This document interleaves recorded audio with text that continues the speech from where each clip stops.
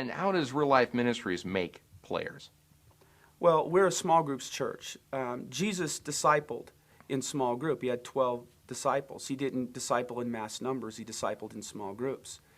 Small groups give me the ability to really teach people, to ask questions and make sure they understand me, to hit them in their learning styles. You know, we school teachers, and that's what I was before I was a pastor, know the worst way to teach anybody anything is by lecture, because only 20% of the people in any given crowd have an auditory learning style. We don't want big classrooms. Why is it that pastors believe they're being successful by gathering thousands, and school teachers would be horrified?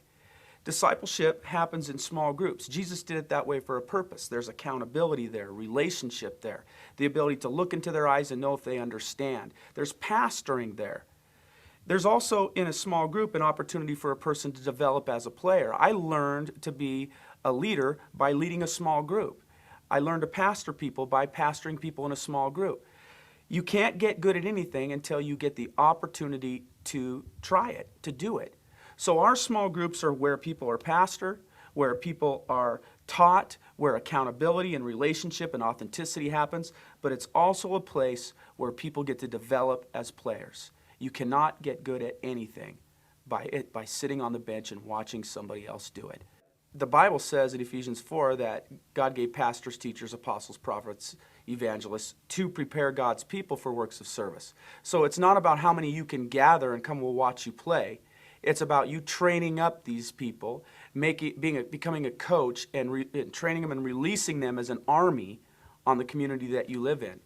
When you release God's people to play, everyone plays, and everybody understands their job, we then get a lot more done. We kind of have come to the let's build it and they will come mentality. And God doesn't tell us to do that. He said, go into the world and make disciples.